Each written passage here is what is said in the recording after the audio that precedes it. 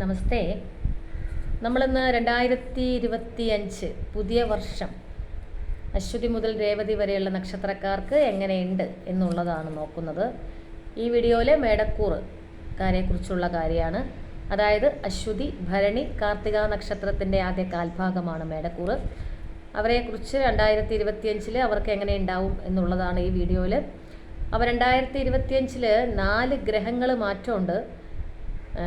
ശനി മാറ്റമുണ്ട് മാർച്ച് 29-ന്, വ്യാഴം മെയ് 14-ന് മാറുന്നു, മെയ് 18-ന് രാഹു കേതുക്കൾ മാറുന്നു. അപ്പോൾ ഇതൊക്കെ പരിഗണിച്ചുകൊണ്ടാണ്, ഈ ഗ്രഹങ്ങളുടെയൊക്കെ മാറ്റം പരിഗണിച്ചുകൊണ്ട് തന്നെയാണ് ഈ ഫല നിരൂപണം. അപ്പോൾ ആദ്യം മേടക്കൂറുകാരുടെ കാര്യം. മേടക്കൂറ് എന്ന് പറഞ്ഞാൽ അശ്വതി, ഭരണി, കാർത്തിക നക്ഷത്രത്തിൻ്റെ ആദ്യ കാൽഭാഗം. അവർക്ക് ഈ 2025 പുതുവർഷം എങ്ങനെയുണ്ട് എന്നുള്ളതാണ്. അവർക്ക് ഇപ്പോൾ വലിയ പ്രശ്നങ്ങളില്ലാത്ത സമയമാണ്. എന്നാൽ ഏപ്രിൽ മുതൽ അനുകൂലത കുറവുള്ള സമയമായതിനാൽ സാമ്പത്തികപരമായ കാര്യങ്ങളിലൊക്കെ വളരെ ശ്രദ്ധിച്ച് കൈകാര്യം ചെയ്യുക.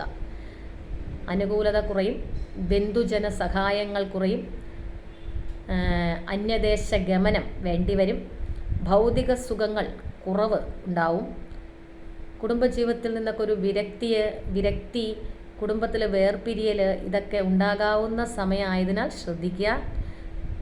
പൊതുവെ പറഞ്ഞാൽ മാനസികവും ശാരീരികവുമായ ക്ലേശങ്ങൾ ഏപ്രിൽ മാസം മുതൽ വർദ്ധിക്കും. എങ്കിലും ഭൂമി ലാഭം, ഗൃഹലാഭം, ധനലബ്ധി ഇതൊക്കെ ഉണ്ടാവും. അംഗീകാരങ്ങൾ ലഭിക്കും. വിവാഹയോഗം ഉള്ള സമയമാണ്. പുതിയ പദവികൾ ലഭിക്കാവുന്ന സമയമാണ്.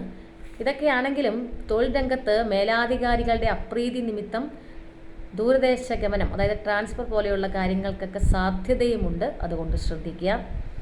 ശത്രുക്കൾ മൂലം തൊഴിൽ രംഗത്ത് മനസ്വസ്ഥത കുറയുന്ന സമയമാണ് ഏപ്രിൽ മുതൽ. അവിചാരിതമായിട്ട് പഴയ സുഹൃത്തുക്കളെയൊക്കെ കണ്ടുമുട്ടാം. അവരുമായിട്ട് ഉല്ലാസ യാത്രകൾ നടത്താം. വിദ്യാർത്ഥികൾക്ക് അലസത വർദ്ധിക്കാവുന്ന സമയമാണ്. എങ്കിലും ഉപരിപഠനത്തിന് ശ്രമിക്കുന്നവർക്ക് അതിന് യോഗമുള്ള സമയം കൂടിയാണ്. മറ്റുള്ളവരുടെ നിർബന്ധത്തിന് വഴങ്ങി ചെയ്യുന്ന ചില പദ്ധതികളിൽ ധനനഷ്ടം ഉണ്ടാവും. കൂട്ടുസംരംഭങ്ങളിൽ വേർപിരിയൽ, ഉലച്ചിൽ ഇതൊക്കെ ഈ വർഷം ഉണ്ടാകും. അതുകൊണ്ട് ശ്രദ്ധിച്ച് മുന്നോട്ട് പോവുക. ധനപരമായ കാര്യങ്ങളിലൊന്നും വലിയ കുഴപ്പം മേടക്കൂറുകാർക്ക് ഇല്ല. എങ്കിലും അനാവശ്യ കാര്യങ്ങൾക്കായിട്ട് ധനച്ചിലവ് ഉണ്ടാകുന്ന വർഷമായതിനാൽ വളരെയധികം ശ്രദ്ധിച്ച് സാമ്പത്തികപരമായ കാര്യങ്ങൾ കൈകാര്യം ചെയ്യുക. സന്താനങ്ങളിൽ നിന്ന് അല്ലെങ്കിൽ സന്താന സ്ഥാനീയരിൽ നിന്നൊക്കെ ചില തിക്ത അനുഭവങ്ങൾ ഉണ്ടാകും. പിന്നെ വാഹനം ഓടിക്കുമ്പോൾ ശ്രദ്ധിക്കുക. വാഹന അപകടങ്ങൾ കരുതിയിരിക്കുക. ആരോഗ്യകാര്യത്തിലാണെങ്കിൽ ത്വക്ക് രോഗങ്ങൾ, നേത്ര രോഗങ്ങൾ ഇതൊക്കെ അലട്ടും. എങ്കിലും വിദേശ ഗുണവും വിദേശ ധനസഹായവും ഉള്ള വർഷം തന്നെയാണ്. ഒരു കാര്യം ഓർക്കേണ്ടത്, വിശ്വാസവഞ്ചനയിൽപ്പെട്ട് സാമ്പത്തിക നഷ്ടങ്ങളും വരാവുന്ന സമയമാണ് 2025 മേടക്കൂറുകാർക്ക്. അത് വളരെയധികം ശ്രദ്ധിക്കുക. ഇതൊരിക്കലും ഒരു വ്യക്തിയെ സംബന്ധിച്ചുള്ള ഫലമല്ല, വ്യക്തി കേന്ദ്രീകൃത ഫലമല്ല എന്നാണ് ഞാൻ പറഞ്ഞതിനർത്ഥം. ഇത് ചാരവശാലുള്ള നക്ഷത്രത്തെ ആസ്പദമാക്കിയുള്ള ഫലമാണ്. അതും മനസ്സിലാക്കി കേൾക്കുക. അപ്പോൾ എല്ലാവരും ഈശോ അനുഗ്രഹിക്കട്ടെ എന്നൊരിക്കൽ കൂടി പ്രാർത്ഥിക്കുന്നു. അടുത്ത കൂറുകാരുടെ കാര്യങ്ങൾ അടുത്ത വീഡിയോയിൽ. അപ്പോൾ എല്ലാവരെയും ഈശോ അനുഗ്രഹിക്കട്ടെ എന്നൊരിക്കൽ കൂടി പ്രാർത്ഥിക്കുന്നു. എല്ലാവർക്കും